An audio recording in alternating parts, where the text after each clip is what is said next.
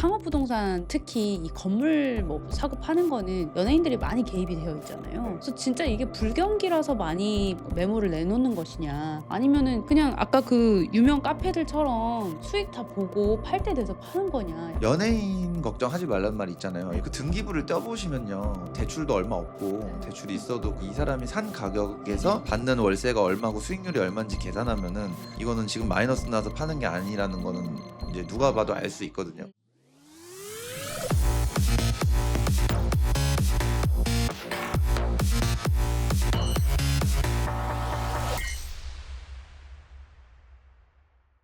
안녕하세요. 오늘도 슈가스케어 달변티 시작합니다. 오늘은 상업부동산 이야기를 좀 해보려고 해요. 요즘 불경기다 말도 많고 상업지구가 망해간다 이런 소리도 들리는데 실제로 현장에서는 어떤지 같은 얘기를 좀 나눠보려고 오늘 김태호 본부장님과 박지영 대표 변호사님 모셨습니다. 안녕하세요. 안녕하세요. 네. 요즘 어때요? 상업부동산 본부장님은 주로 하시잖아요. 네네. 요즘 뭐 불경기다, 주가는 요즘 뭐 6,300에서 5,000으로 쭉 떨어지고 난리도 아니고 막 네. 시끌시끌한데 상업부동산 쪽은 어떤 곡소리가 나는지 아니면 행복한 소리가 들리는지. 많은 분들이 얘기하시지만 경기 좋았던 적이 있냐 뭐 막 이렇게 웃으면서 얘기하시는데, 저는 이제 장사하시는 임차인분들도 많이 만나니까 요즘 되게 음주 문화도 많이 바뀌었잖아요. 이 차를 일단 요즘 다 안 간대요, 회사에서. 그래서 이제 오히려 이제 저희 뭐 흔히 아는 뭐 청담 뭐뭐 술 이자카야나 막 이런 데들은 진짜 좀 매출이 잘 안 나오고, 오히려 1차에서 끝나는 식당 겸 고깃집 같은 것들이 이제 오피스 상권 같은 저희 있는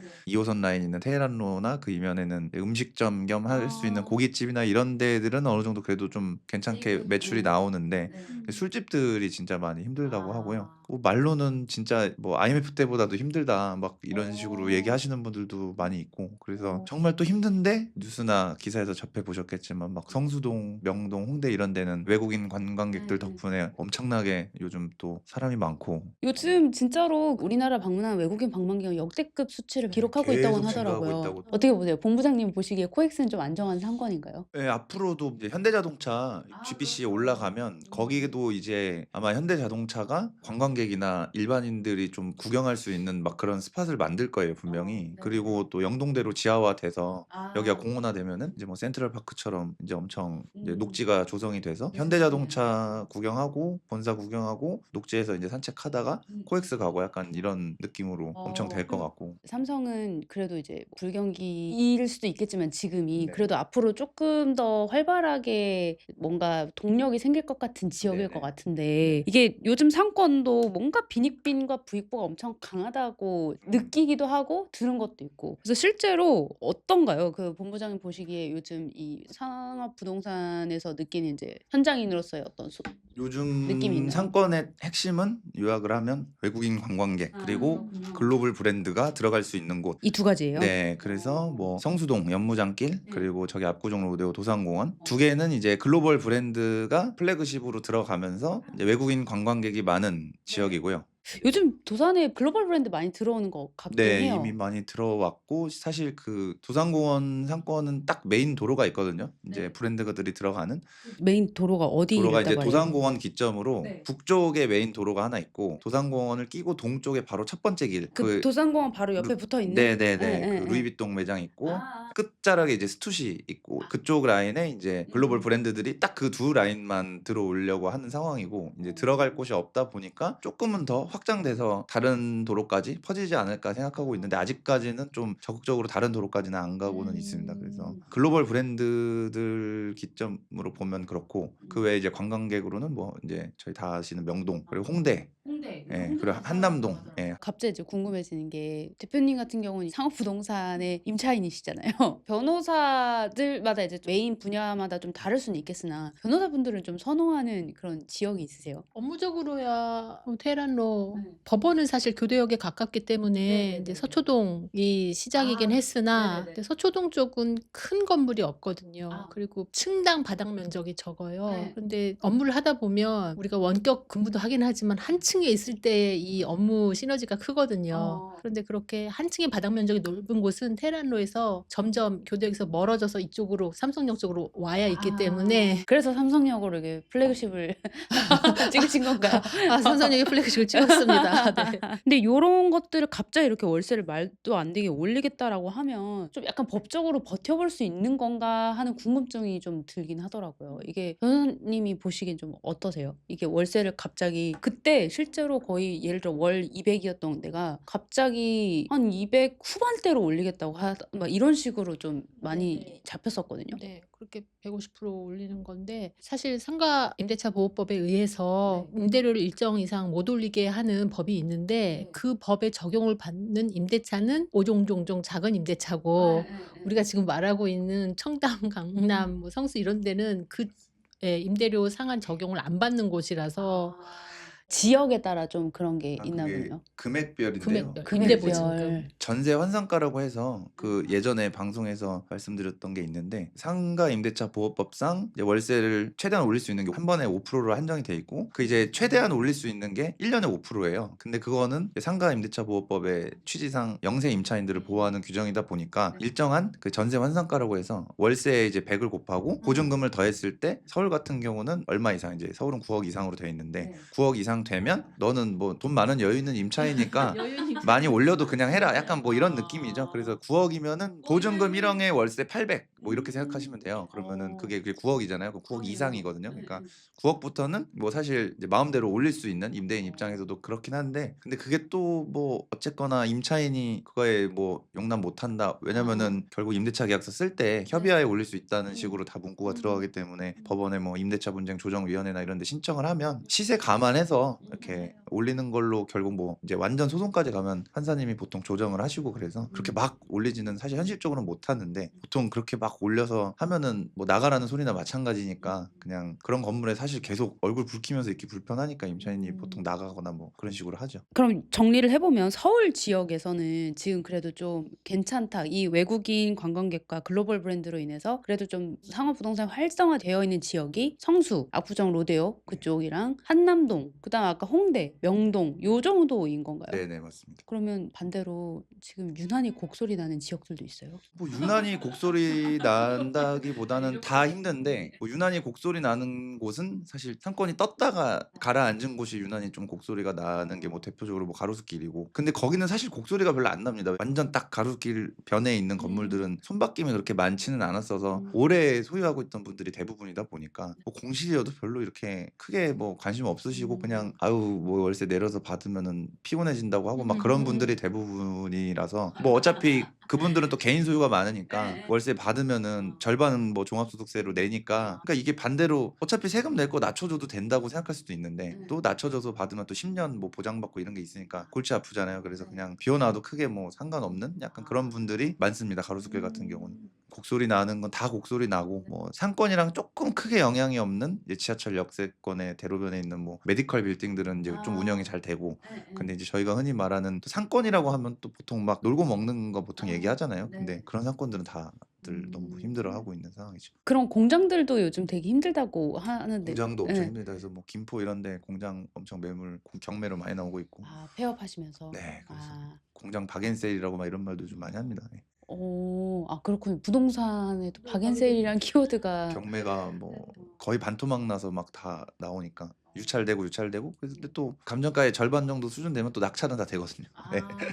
50% 수준의 거의 예, 김포가 그래도 제일 호재가 좀 많은 지역이다 보니까 아, 김포는 그래도 꽤 좋은 지역일 것 같아요. 공장이 위치하기는. 많은 분들이 경공매 하시는 분들은 김포 많이 보고 있죠. 그러면 여기서도 이 성수동이 2025년에 특히 굉장히 핫했잖아요. 1년 내내 핫했던 기분인데 그 왜 성수동은 무적이었을까 같은 것들이 되게 많이 분석 글도 많이 나오고 뭔가 묘하게 기업들이 다 들어갔거든요. 제가 이제 마지막으로 기억하는 게 그 게임 회사 크래프톤. 네, 크래프톤이 들어가면서 뭔가 매짐하고 들어간 것 같은데 그 이후로 또 한 분이 한 군데서 더 조금 더 비싸게 들어가시고 이제 그런 것들이 되는데 이게 이 지역이 단순히 그냥 막 사람들이 많이 몰린다고 하기엔 사실 트렌드가 있어서 이게 또 빠질 수도 있는 거잖아요. 근데 이렇게까지 확 오를 수 있는 이유가 도대체 뭘까요? 처음에는 사람 많은 연무장길 말고 이제 서울숲 그 아뜰리에 길이라고 하죠. 카페 거리 거기가 조금 약간 이제 인기가 있고 연무장길은 이 정도는 아니었는데 제 생각에는 좀 이제 무신사가 좀 너무 대놓고 띄우기 띄우기 시작해서 그게 컸던 것 같고요. 거기는 그냥 플래그십을 오픈하고 이런 게 아니라 실제 샀으니까 네네. 이제 성수동이 조금 다른 젠트리피케이션 상권이랑 다른 점 중에 가장 큰 게 다른 젠트리피케이션 상권들은 보통 영세한 임차인들 이제 네. 약간 F&B 쪽인 사람들 유명한 분들이 가서 이렇게 좀 띄우는 그런 느낌이 있었다면 그러니까 보통 그러네요. 임차인들이 띄운 거죠. 따지고 네네. 보면. 근데 이제 성수동은 실제 기업이 정말 들어가서 자기가 아. 매수를 해서 들어간 거다 보니까 지금 무신사가 몇 개를 지었고 지금도 가격 합리적인 거 괜찮은 위치에 있으면 계속 사들이고 있고 크래프톤도 계속 사들이고 있고 뭐 그런 상황이다 보니까 좀 다른 점은 실제로 기업이 투자를 해서 또 여유 있는 자본이 있는 기업에서 매수를 했다 보니까 그 기업은 나가지는 않잖아요. 일단은 네네네. 지금 되게 핫해서 뭐 팝업이나 플래그십이 들어가는 연무장길은 조금 뭐 지금보다는 약해질 수는 있는데 어쨌거나 오피스나 무신사 매장 같은 경우는 견고하게 받쳐주고 있고 최근 또 II 컴바인드가 또 사옥 지었잖아요. 거기까지도 사람들이 많이 내려가서 좀 명소로 자리매김하고 있고 젠틀몬스터. 네, 네. 그러다 보니까 그리고 또 뭐 그 영동대교 대로변에 한라그룹에서 또 한성 벤츠 정비소 매입해가지고 또 오피스 빌딩으로 개발하려고 지금 최근에 거래됐고 대형 빌딩들이 그렇게 거래되고 있고 유일하게 하나 요즘 트렌드에 안 맞게 없는 게 호텔. 성수동에 호텔이 없어요. 아, 관광객은 많은데 네. 관광객 숙소가 네네. 없다. 그래서 이제 개인들이 호스텔 지어서 이제 하려고 엄청 많이 허가 받아서 하려고 하고 실제 건축하는 분들도 많이 있고요. 그리고 뭐 성수동의 장점은 평지인 거. 그리고 연무장길이 이 도로가 또 이런 리테일 상권으로 봤을 때 저희가 흔히 이런 대로변에 있는 높고 소위 말해 삐까번쩍한 건물이 비싸고 좋은 우량한 건물이라고 하는데 또 리테일 상권적으로 봤을 때 도로가 너무 넓으면 또 동선이 끊기잖아요. 근데 또 너무 좁으면 답답하고 근데 연무장길이 딱 적당히 넓고 좋거든요.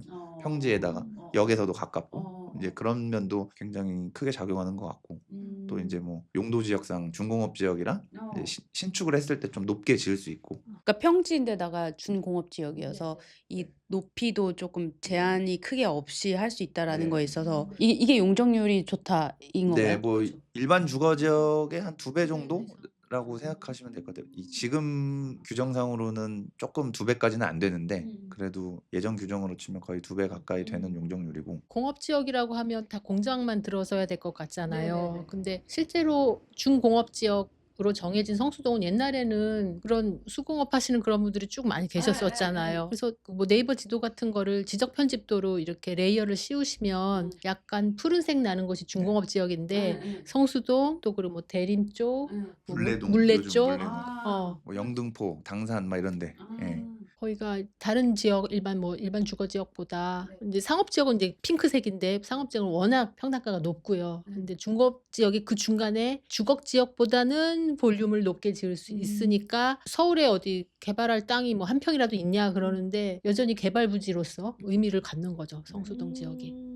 요러한 어떤 규제 측면에서도 조금 그런 회사들이 매매를 했잖아요. 네네. 성수라는 지역을. 그러니까 이런 지금 말씀하신 중공업 지역 용적률의 어떤 효율성 같은 것들이 기업 입장에서 판단하기에도 괜찮아서 매입을 했다. 요렇게 좀 가설을 세워봐도 괜찮을까요? 투자 측면엔 그런 면도 있죠. 주거 지역은 또 보시면 아시겠지만 길 가다가 저희 막 강남 이면에 보면 막 건물 꺾여서 지어져 있잖아요. 네. 그런 게 일반 주거 지역은 아. 일조권 사선 제한 때문에 네네네. 그런데 뭐 준주거 지역, 중공업 지역, 상업 지역 이런 곳은 사선 제한 없이 그냥 반듯하게 올라갈 수 있거든요. 그래서 그런 면도 크고 무신사를 필두로 해서 크래프톤이 성수동이 또 입지적으로 막 핫하다 그런 느낌으로만 갖고 계신데 입지적으로도 좋아요. 이제 건너면 바로 압구정이고 하니까 그리고 이제 지금 또 성수 전략 정비구역 1, 2, 3, 4지구 또 한강뷰로 지어지면은 뭐 바로 마주보고 이제 압구정 현대랑 미성이랑 그 라인이랑 마주보고 있는 강북에서는 뭐 가장 좋은 입지다 보니까 입지 자체로도 위치도 좋고 그런 면도 큰 것 같습니다. 우리가 한강뷰를 굉장히 높게 프리미엄을 치는데 그래서 이제 강남에 한강뷰 있는 쪽이 프리미엄이 있는데 사실 남쪽에서 북쪽을 바라보는 한강뷰보다는 원래는 북에서 남을 바라보는 한강뷰가 훨씬 좋은데다가 강남이 또 이렇게 밤 그 마천루가 멋있으니까 북에서 바라볼 때도 더 한강뷰가 멋있거든요. 실은. 그래서 한남동이 사실 부촌인 거고 그러면 성수 그쪽 지역이 좀 개발되고 나면 제2의 한남이 되겠네요. 지금 전략정비구역 물건들도 시세 수준으로 나오기만 하면 재개발 물건으로 나오는 족족 거래되고 있거든요. 예. 물건이 잘 없어서 그렇지 딱 그냥 시세 수준의 물건이 나오면 다 지금 거래가 되고 성수에는 있습니다. 불경기가 없다. 네. 이런 재개발 느낌이군요. 물건도 엄청 거래 잘 되고 있고요. 그럼 여기 성수 연무장길 같은 곳에 지금 권리금이 엄청 높은 걸로 알고 있어요. 제가 뭐 듣기로는 뭐 진짜 억대도 넘어간다 뭐 네. 이런 얘기가 있었는데 이런 경우면 사실 건물주랑 임차인 사이에 약간 갈등이 엄청 있을 것 같다라는 생각도 들거든요. 혹시 실제로 뭐 이런 사례들이 있었는지 제가 예전에 본부장님 말씀해 주신 것 같은데 임대차 알박기 이런 단어 네. 실제로 가능한 건지 뭐 이런 사례가 있었나요? 네, 성수동은 이제 그렇진 않았지만 명동을 좀 예로 들면 명동 저희 가장 메인이라고 하는 뭐 네이처 리퍼블릭 있는 자리 그게 이제 네네. 공시지가로 우리나라에서 제일 높은 평당가를 갖고 있는 아, 위치라고 그래요? 옛날에 기사화돼 나왔었죠. 네네. 근데 이제 명동 같은 경우는 음. 사실 1층이나 1, 2층, 1, 2, 3층 이렇게 이어져서 있는 그런 브랜드 매장 같은 경우는 이제 나갈 이유가 없으니까 내보낼 수도 없고 이제 만약에 이제 권리금을 주려고 하면은 제가 듣기로 예전에 뭐 막 권리금을 50억, 60억 막 얘기하고 막 그랬었거든요. 이것도 되게 예전이에요. 근데 이제 코로나 때 영업을 되게 안 하던 시기가 있었는데 제가 예전에 제 그 블로그에 포스팅한 적도 있지만 그때 사람들이 아 지금이 기회다 하면서 막 리모델링 하신 분들이 있거든요. 그분들이 진짜 승자일 거라고 글을 썼는데 실제로 그런 분들이 승자가 됐죠. 그래서 지금 또 명동은 약간 중국인 관광객 위주였다면 요즘은 좀 외국인이 다양해졌고요. 분포가 그래서 오히려 훨씬 안정적인 게 된 것 같아요. 예전에는 중국인에 의존하는 상권이었다면 네. 요즘은 이제 외국인 관광객에 이제 다양해졌다 보니까 뭐 어떤 사정이 있었고 어떤 나라 사람들이 못 와도 정치적인 그런 그런 것도 걸로 좀 네. 괜찮아졌고 그래서 이제 성수동도 이제 그런 이제 권리금으로 들어갈 수 있는 매장들을 이제 브랜드들에서 찾았지만 연무장길 같은 경우도 되게 오래된 소유자들이 뭐 원주민이라고 하죠 소위 말해서 그런 분들이 대부분이었다 보니까 최근에 거래가 많이 되긴 했죠 몇 년 사이에. 근데 그 전에는 정말 개인 소유자 오래된 소유자분들이셨다 보니까 그런 분들은 이런 트렌드 잘 모르거든요. 얼마가 시세인지도 잘 모르시고 그래서 이제 모르고 계시다가 보통 이런 경우는 임대인을 먼저 컨택하는 게 아니라 기업에서 임차인을 먼저 컨택을 하죠. 너 이거 권리금 얼마 줄 테니까 양도하고 나갈 생각 없냐 이러면서 막 이런 식으로 먼저 컨택을 하고 건물주 입장에서는 얘 나가고 새로 들어온다는데 얘가 월세도 엄청 낸대 그럼 뭐 이제 마다할 이유가 없으니까요. 그래서 임차인을 설득하는 게 우선이고 임차인들도 이제 기업이 임차인이 아니라면 개인이면 사실 말씀하신 대로 몇 억을 주고 나가라고 하면은 땡큐 하면서 나가시는 분들도 있고 그러니까 알박기를 미리 임차를 해놓고 네. 그 순간을 그런 기다리는. 분들이 있었죠. 근데 성수동에. 예. 이분들은 그러면 굉장히 그 트렌드에 밝은 분들만 할 수 있겠네요. 맞습니다. 그렇게 해서 몇 억이라고 하셨지만 이제 두 자리 숫자 억 단위대로도 가서 이제 권리금을 받고 나가신 사례가 있고 최근에 뭐 한남동에서도 카페가 이제 브랜드가 들어가려고 이제 카페가 나갔는데 그것도 뭐 제가 알기로는 이제 뭐 10억이 넘는 금액을 권리금을 받고 이제 나가신 걸로 알고 있습니다. 요거를 좀 여쭤보려고 그랬어요. 이게 기사들에 보면 한남동의 시그니처였던 모 카페 폐업한다 이런 식으로 기사가 나서 마치 불경기의 어떤 기사의 카테고리인데 까고 보니까 전혀 아니죠.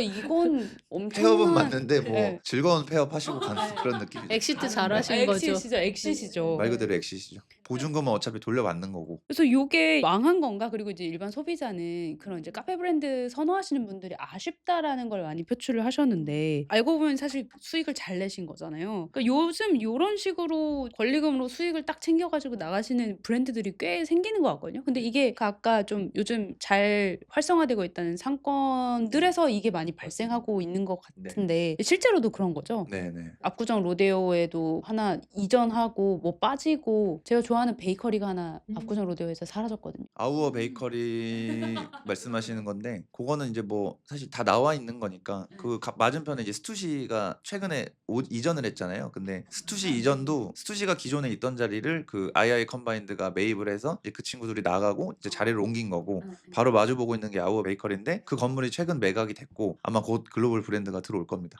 예, 아마. 요런 거 할 때요. 글로벌 브랜드들이 특히 들어올 때는 이제 거액을 가지고 이제 거래를 하는데 분명히 변호사를 끼고 할 거잖아요. 근데 이때 이제 뭔가 뒤탈이 없기 위해서 법적으로 여러 개 크로스 체크를 할 것 같은데 그 글로벌 브랜드들은 뭐를 체크를 많이 하려고 하나요? 일단 그 권리금이 아시고 있는 것과 달리 원래 구임차인과 신임차인 사이의 네. 거래로 이루어지는 거잖아요. 사실 소유주의 개입은 원래는 없어요. 네. 그런데 이제 종종 소유주도 권리금을 요구하시는 분들이 있기는 어쨌든 원래는 구임차인과 신임차인인데 마치 중간에 또 소유주가 끼어셔서 그렇게 돼서 삼자 거래가 된다면 그 3자 간에 모두 다 잠금 장치를 잘 해서 이제 계약서를 쓰고 뭐 그게 뭐 권리금 정산과 뭐 퇴거와 뭐 새로운 임대차 계약 간에 뭐 서로 뒤탈 없이 하는 그런 3자 간 계약이든 이자 간의 계약에 중첩이든이 있어야겠죠. 소유주분의 그 개입은 굉장히 그러니까 많은 사례는 아니고 어쩌다 한 번 있는 사례인가요? 아니면 종종 있나요? 연령대가 있으신 분들이 좀 아니 내 건물이라서 이 위치에 있으니까 잘 되는 건데 뭐 약간 이렇게 하시는 분들도 있고 이제 요즘 트렌드를 아시는 분들은 이제 그런 주장이 이제 조금 이상한 걸 아시니까 그냥 월세를 높게 받죠 임대료를. 그 그리고 글로벌 브랜드 좋은 거 들어오면 우리도 네 좋으니까. 그리고 브랜드들은 사실 돈보다는 네. 이제 안정적으로 기존 임차인이랑 트러블 없이 우리가 아, 들어가서 그치. 우리의 입맛대로 디자인해서 인테리어해서 할 수 있는 거를 가장 우선순위로 두기 때문에 금액도 얘네들이 상한선이 있기는 해요. 근데 그게 이제 지금 시세로 봤을 때보다는 훨씬 그 상한선이 높으니까 이제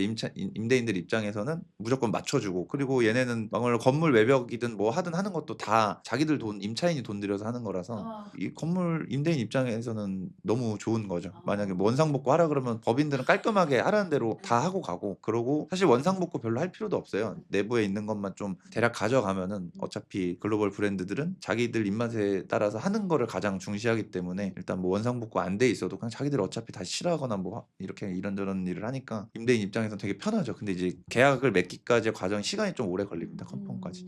일단 나 들어갈래라고 의사 표현을 하는 거는 이제 금방금방 오는데 이제 딱 최종 계약할 때까지 이제 뭔가 말씀하신 대로 잠금 장치라던가 이런 것들 타이트하게 해서 근데 그게 타이트하다고 하면 또 타이트하다고 할 수 있는데 오히려 깔끔해요. 되게 훨씬 깔끔하고 문제도 없고 얘네가 만약에 중도태시라면은 남은 기간 임대료 다 주고 나가고 뭐 개인보다 훨씬 스트레스 덜하고 예, 그래서 되게 선호하는 최고의 임차인이죠. 브랜드. 요즘에 이제 그 부동산 관련해가지고 SNS를 좀 도배하는 글들이 좀 보이거든요. 연예인들이 건물을 팔았다 했는데 이게 요즘 SNS에서 자꾸 불경기라서 급매하고 나가는 거다. 막 이런 식으로의 글이 많이 올라오는 거예요. 근데 제가 늘 느꼈던 거지만 상업부동산 특히 이 건물 뭐 사고 파는 거는 연예인들이 많이 개입이 되어 있잖아요. 네. 그래서 진짜 이게 불경기라서 많이 매물을 내놓는 것이냐 아니면은 그냥 아까 그 유명 카페들처럼 수익 다 보고 팔 때 돼서 파는 거냐 약간 이거에 대해서 제가 좀 약간 의문이 생기더라고요.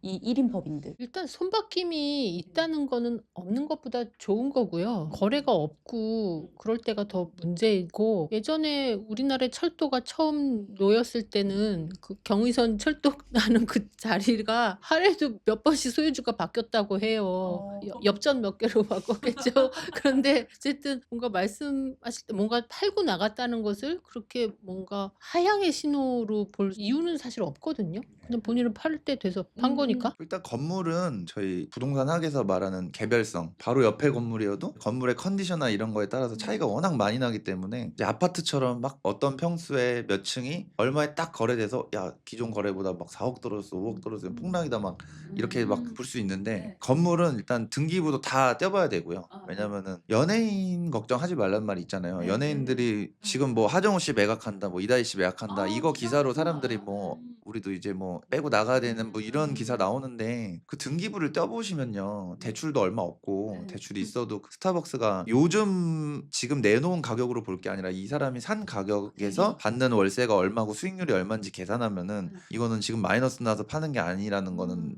이제 누가 봐도 알 수 있거든요. 근데 그 등기부를 정확하게 확인도 안 하고 그냥 연예인들이 좀 내놓은 거 보니까 요즘 경기도 안 좋고 뭐 이러니까 또 그런 가십성 기사를 쓰는 것 같아요. 전혀 그렇지는 않고 그냥 사람이 뭐 오래 갖고 있으면 건물도 질리니까 새로운 거 갈아타고 싶은 걸 수도 있고 여러 가지 의도가 있는 거거든요. 그래서 뭐 이다희 씨도 뭐 건물 팔아본 경험도 있으시고 매입한 경험도 있으시고 이분은 사고 팔고를 해보신 경험이 있기 때문에 아 이쯤 되면 뭐 팔고 싶네 팔고 다른 거 사자 뭐 이렇게 생각할 가능성이 높지 뭐 지금 뭐 경기가 어떻다고 그리고 경기가 안 좋을 때 파는 거는 더 안 좋거든요. 왜냐면 매수인들이 다 깎으려고 한 상업용 부동산 시장의 조정장은 맞기 때문에 다 매수인이 조정하려고 하는데 뭐하러 팔겠어요 싸게. 그러니까 근데 그냥 지금 팔고 싶은 거예요. 그냥 건물 이제 파는 매각하시는 분들은 그냥 그때그때 생각이 많이 자주 바뀌기도 하고 아 이제 팔고 싶다 생각하기도 하고 여러 가지 이유가 다 복합적으로 있기 때문에 그래서 우리가 너무 매도인 우위 시장에만 익숙해서 그런데 그냥 비등비등하게 운동장에 별로 기울어지지 않은 상태의 거래도 얼마든지 있을 수 있는 거잖아요. 근데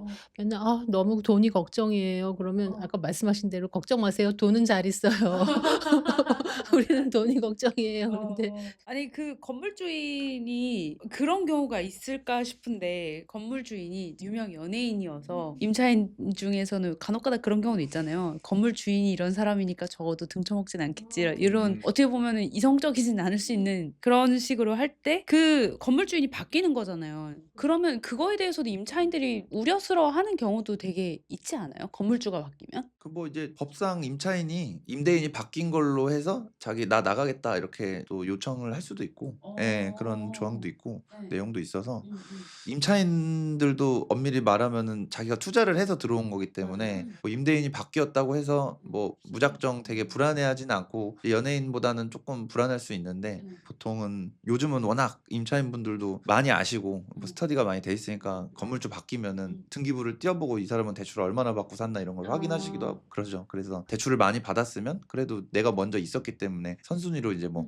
보장은 받으니까 그럼 계약서 새로 써야 돼요? 새로 쓰는 경우도 있고요. 이제 안 쓰는 경우도 있고. 승계 받아서 그대로 다 승계 받을 수 있는데 근데 뭐 분명히 하기 위해서 다시 쓰시는 분들도 있기도 하죠. 근데 기존의 계약서가 법적 효력은 여전히 있다라는 것이잖아요. 네. 뭐 사실 이제 상업부동산 얘기를 이것저것 하다 보면 이제 상업부동산은 특히 뭔가 제가 일반인이 느끼기엔 주거보다는 훨씬 트렌드에 민감한 시장 탄력적이다라는 게 있었거든요. 그러니까 이게 아무래도 붐, 트렌드 이런 거하고 좀 같이 맞먹는 것 같기도 하고 그러면 약간 그런 것도 있을 것 같아요. 신호탄.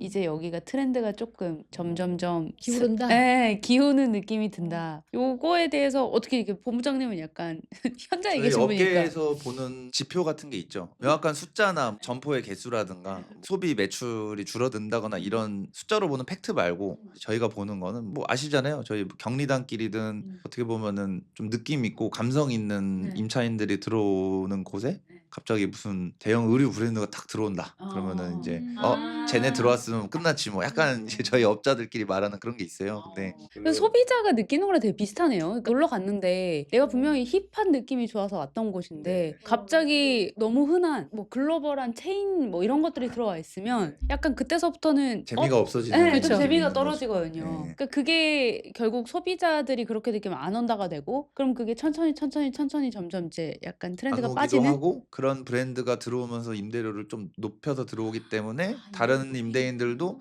그 소문을 기가 막히게 듣고 임대료를 올리고 임차인한테 임대료 인상 요구를 하면 임차인이 나가고 그렇게 악순환이 되는 거죠. 젠트리피케이션의 네네. 핵심은 요런 네네, 구성이군요. 맞습니다. 그래도 이 과정이 한 1년은 좋게 뭐 가죠. 되게 단기간에 일어나는 경우도 있어. 1, 2년, 3년 사이에 일어나는 경우도 있고 경리단길이 되게 빠르게 몰락했잖아요. 사실 생각해 보면은 한 2년 갔나? 그게 뭐 이제 그런 식으로 돼서 근데 경리단길은 또 약간 그런 의류 브랜드, 스파 브랜드가 들어가서 그런 건 아니고 경리단길은 사실 먹는 느낌 위주였잖아요. 근데 거기는 또 이제 너무 관광객이 많아지면서 언론에서도 막 띄우고 뭐만 하면 리단길 다 붙였잖아요. 그래서 심지어 경주 황남빵으로 유명한 데도 황리단길이 있더라고요. 예전에 보니까.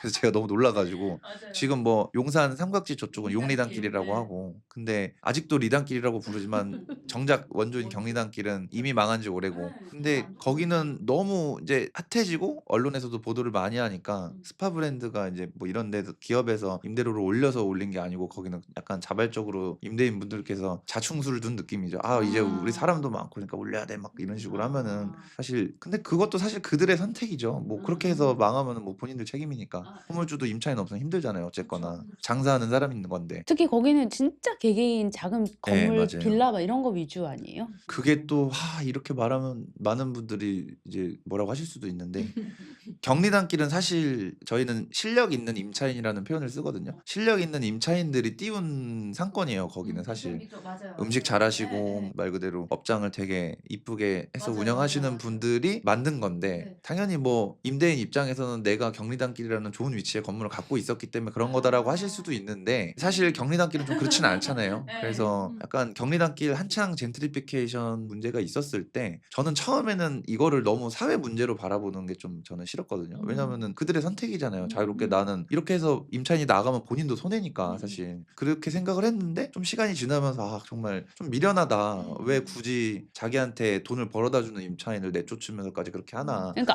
그런 악어 생각이 드는 악어새의 거죠. 예. 관계였는데 그리고 뭐 요즘 시대가 거기서 좀 옮겨서 다 마케팅의 시대인데 그 실력 있는 임차인 분들이 나가서 뭐 근처에서 해도 다 잘 되거든요, 어차피.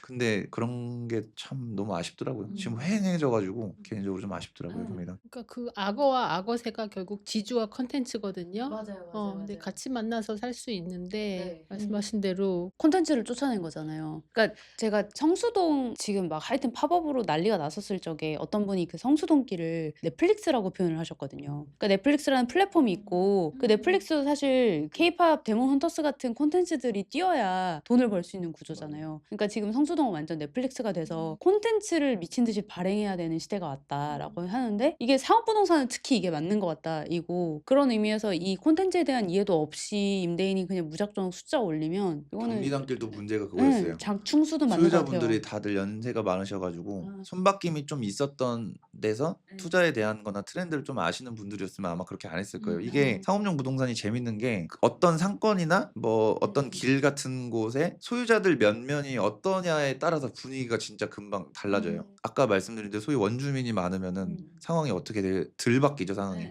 또 경리단길처럼 확 바뀔 수도 있죠. 원주민들 위주로 있는 곳이다 보니까 그러니까 사실 거기 교통이 이렇게 편리한 곳은 아니었거든요. 그리고 또 그 가게를 위해서 그 높은 경사를 뚫고 걸어가든지 마을버스 타고 불편하게 왔다 갔다 하던 곳이어서 진짜 그 임차인들의 어떤 콘텐츠들이 되게 중요했던 곳이었는데 좀 그거에 대해서 확실히 이해도가 높은 분들이 많아 보이진 않아요. 그 동네 자체가. 느낌이 그래요. 그런 참 어떻게 보면 어려운 위치에 있어서 임대료가 저렴했기 때문에 사람들이 임차인분들이 찾아서 들어간 것도 있는 거거든요, 그게. 포항동 지금 네. 포항동 다 그런 느낌이거든요. 물레동도 그런 물레동도 식이고. 그렇고. 그래서 참 그런 게 좀 안타깝습니다. 아니 경리단끼리 나와서 얘긴데 사실 경리단도 그렇고 이태원도 그렇고 예전에 장정우 식당인가? 네. 이러면서 이제 그 길을 진짜 핫하게 만드신 분 이태원에 이제 홍석천 씨가 있고 이런 분들이 사실은 상권을 진짜 만들었다고 생각은 들더라고요. 왜냐면 진짜로 그 사람들이 띄워서 간 사람들이 보이니까. 그래서 이게 사실 상권 기여도라는 게 분명히 존재하는 것 같거든요. 그런 사람들. 근데 이 사람들도 결국에는 임차인이기 때문에 나중에 임대인하고의 분쟁에 있어서 되게 이렇게 막 그렇게 유명세가 있다고 유리하진 않은 것 같거든요. 그럼 이게 만약에 분쟁이 가서 막 소송이 가고 막 이렇게 됐을 경우에 이 상권 기여도라는 걸로 조금 인정받을 수 있는 게 있긴 있나요? 법률적으로는 없어요. 그 지역을 아. 부스트했다는 것을 뭐 임차인 입장에서 또 임대인 입장에서 그걸 법률적인 어떤 라벨을 붙여서 권리를 부여하거나 의무를 감면해 주는 그런 게 법률적으로는 없죠. 다만 그냥 임대인, 임차인 그 틀거리 안에서만 되는 것이고 결국 뭐 기간, 권리금, 월세 연장 여부 뭐 그냥 그 틀거리 안에서만 될 수밖에 없죠. 권리금으로밖에 안 되고 사실 그래서 그런 연예인이나 임차인 자체가 이제 브랜드라서 그렇게 매출이 잘 나오는 경우는 사실 권리금도 많이 받고 거래하기가 힘들거든요. 왜냐면은 다음 후속 임차인도 알죠. 이 사람이 해서 잘 되는 거 아는데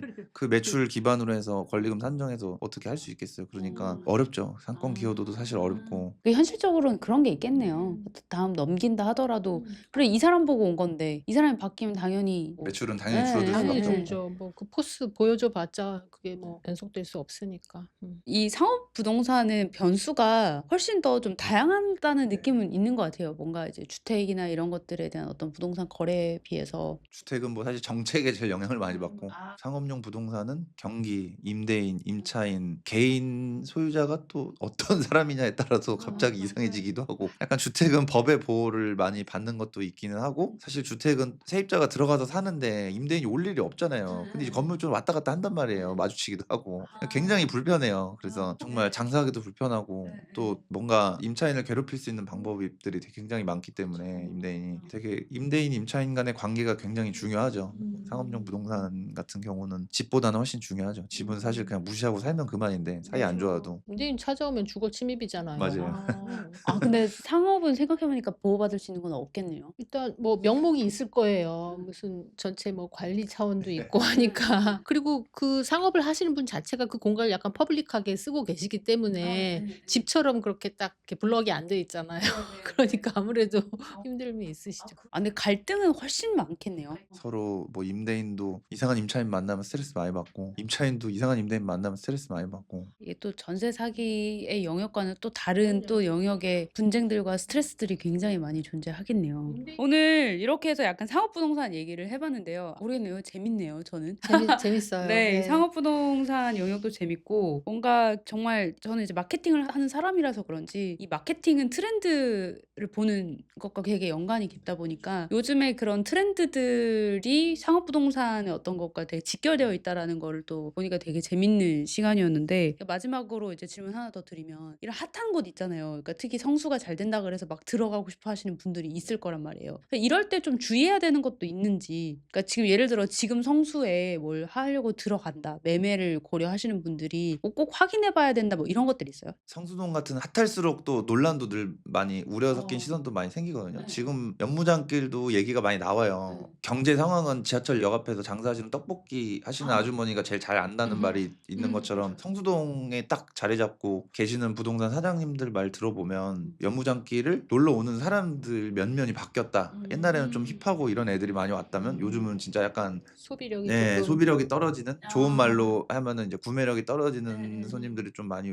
오는 것 같고 옛날에 그 힙한 느낌이 이미 없어졌다고 좀 세게 말하시는 분들도 있고 그러니까 매수할 때 주의할 점은 결국 매수해서 평생 갖고 있을 거 아니잖아요. 그러니까 이게 과연 상권은 결국 돌고 돈다고 하는데 성수동은 뭐 무신사든 크래프톤이든 아이아이 컴바인드든 이런 기업들이 받쳐주는 게 분명히 있지만 또 연무장길 딱 그 길만 놓고 봤을 때는 분명히 지금 굉장히 핫한 게 반영된 매매가 평당가가 형성이 돼 있단 말이죠 이미. 그래서 결국은 아 이게 내가 뭐 평당 4억 5천에 최근에 거래됐는데 이걸 4억 5천에 사면 나는 이제 얼마에 매각할 수 있을까. 다음에 이 브랜드가 나갔을 때 다음 임차인이 브랜드로 왜냐면 브랜드가 안 들어오면 그 임대료를 못 맞추기 때문에 결국 매매가도 수익률이 받쳐줘야 되는 거다 보니까 그게 가능할까 좀 그거를 면밀히 보셔야 될 것 같고 이건 좀 약간 직관의 영역도 있는 것 같아요. 이게 막 셈에서 뭐 평균적으로 글로벌 브랜드가 임대차 계약을 쓰는 기간이 10년이기 때문에 10년은 간다 뭐 이게 되는 게 아니거든요. 왜냐면 얘네는 이제 안 오네 하면 그 남은 임대료 주고 나가는 애들이란 말이에요. 돈이 있기 때문에. 왜냐면은 어차피 10년 채우면서 사람 두고 인건비 내고 이러면서 있는 거보다 그냥 딱 쿨하게 남은 기간 돈 내고서 나가버리면 그냥 끝이란 말이에요. 근데 이제 남은 기간 임대료 받으면 그것도 금액이 꽤 되니까 좋을 수 있는데 그거 계속 보유하면서 결국 매각이 안 되거나 이제 다음 임차인이 그냥 예전에처럼 좀 이렇게 높은 임대료를 부담할 수 없는 임차인을 받으면 이제 그때부터는 정말 또 심각해지는 거거든요. 그 한 건물만 나가는 게 아니라 연무장길이 만약에 그렇게 나가는 브랜드가 생기기 시작한다는 거는 이미 걔네들이 다 계산을 하면서 들어오는 거거든요. 그러다 보니까 결국은 나의 향후 매각 전략까지 생각을 해서 가야 되는데 그거는 좀 직관의 영역인 것 같습니다. 잘 보시는 분들은 또 느낌으로 해서 잘 하시고 이거는 데이터로 할 수 있는 건 아닌 것 같아요. 직감의 영역이 같이 있다. 도산공원도 이렇게 짧은 시간에 이렇게 될지 아무도 몰랐거든요. 그러니까 그게 다 부동산 리터러시가 좀 있으셔야 될 것 같고 그런 분들이 다른 사람은 어쩜 그렇게 잘해서 들어가냐 하는데 그분은 전문 투자자일 수 있어요. 지금 도산공원도 뭐 최고가 한 평당 3억 중반 넘었고 신축은 뭐 4억 5천에 거래된 거 있고 하니까 개인들이 분명히 매수하시는 분들이 있단 말이죠. 그러니까 그 결국 직관의 영역인 것 같아요. 도산공원 이렇게 될 줄 아무도 몰랐고 저도 진짜 모르겠거든요. 시간 지나서 평당 6억 되면 거봐 그때 이제 끝물이라고 하던 놈들 어디 갔냐 이럴 수도 있고 근데 진짜 또 갑자기 확 뭔가 분위기 바뀌면서 또 안 좋아질 수도 있는 거고 이거는 예측이라는 게 할 수가 없는 것 같아요. 그렇군요. 근데 뭐 어찌됐건 직접 한번 그 곳을 가서 요즘 트렌드가 어떤지도 직접 보시고 그러니까 결국에 직관의 영역이라고 하면 본인이 뛰어다니면서 약간 판단을 해야 된다는 거잖아요. 예. 단순히 남의 말만 듣고 이러는 거는 진짜 위험하다라는 뜻인 것 같고 그래서 꼭 그렇게 발로 직접 뛰어야 된다. 그래서 직관을 조금이라도 가져보셔야 된다. 요 정도로 마무리를 한번 해보도록 하겠습니다. 오늘 우리나라 불경기 하지만 과연 상업부동산도 불경기냐 이야기를 해봤는데요. 그냥 여러모로 요즘 막 카더라나 이런 것들에 대해서 좀 여쭤보면서 좀 재밌게 얘기할 수 있었던 것 같습니다. 그래서 오늘은 이야기 여기까지 마무리를 하고요. 또 다음에 뭐 이런 또 재밌는 콘텐츠 있으면 하나 본부장님 또 언제든지 네, 불러주세요. 저를 좀 팍팍 풀어주시면 네. 좋을 것 같습니다. 그러면 오늘 슈스 달변티 여기서 마무리하도록 하겠습니다. 감사합니다. 네, 감사합니다.